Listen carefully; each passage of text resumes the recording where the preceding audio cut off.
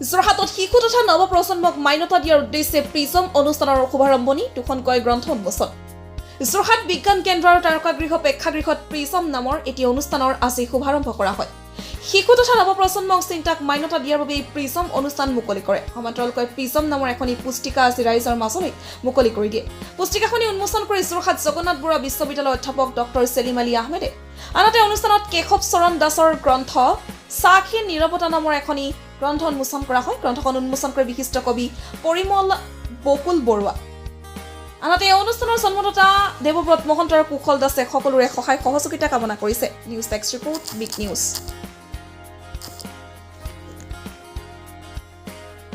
প্ৰিজমৰ নামৰ এটি অনুষ্ঠান আপোনালোকে মুকলি কৰিছে এই সন্দৰ্ভত আপোনালোকৰ লক্ষ্য আৰু উদ্দেশ্য কি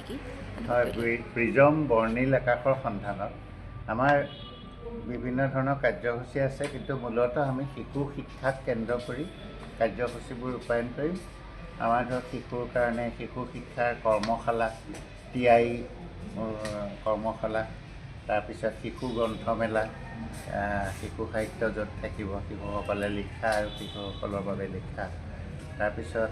আমি কিছুমান গ্ৰন্থ প্ৰকাশৰ আমাৰ হেৰি আছে আঁচনি আছে গ্ৰন্থ শিশু গ্ৰন্থ বিশ্বৰ শিশু সাহিত্যক আমি শিশুসকলৰ মাজত সহজতে পৰিচয় কৰি দিয়া তেনেকুৱা ধৰণৰ আৰু বিভিন্ন বিদ্যালয়ত গৈ আমি কৰ্মশালা অনুষ্ঠিত কৰা শিশুসকলৰ মাজত কিছুমান কৰ্মশালা অনুষ্ঠিত কৰা কিতাপ পঢ়াৰ প্ৰতি আগ্ৰহ বঢ়োৱাৰ কাৰণে তেওঁলোকক আমি এটা কৰ্মশালাৰ জৰিয়তে কিতাপ পঢ়াৰ প্ৰতি আগ্ৰহ আজিকালি তেনেকুৱা বহু পদ্ধতি ওলাইছে বিজ্ঞানসন্মত যিবোৰে শিশুসকলক কিতাপ ভাল পাবলৈ মানে অনুপ্ৰাণিত কৰে আৰু কিতাপ পঢ়িবলৈ আৰম্ভ কৰে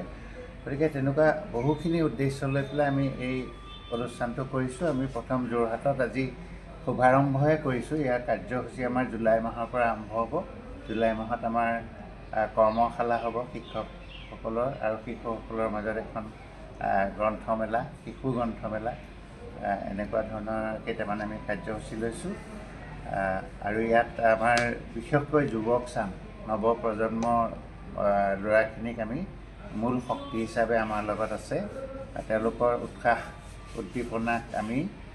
এটা ইতিবাচক দিশত ব্যৱহাৰ কৰিব খুজিছোঁ তেওঁলোকে কৰা কামখিনিকো আমি মান্যতা দিয়াৰ হেৰি কৰিছোঁ আচলতে আমাৰ উদ্দেশ্য হৈছে শিশু আৰু নৱপ্ৰজন্মৰ চিন্তাক মান্যতা দিয়া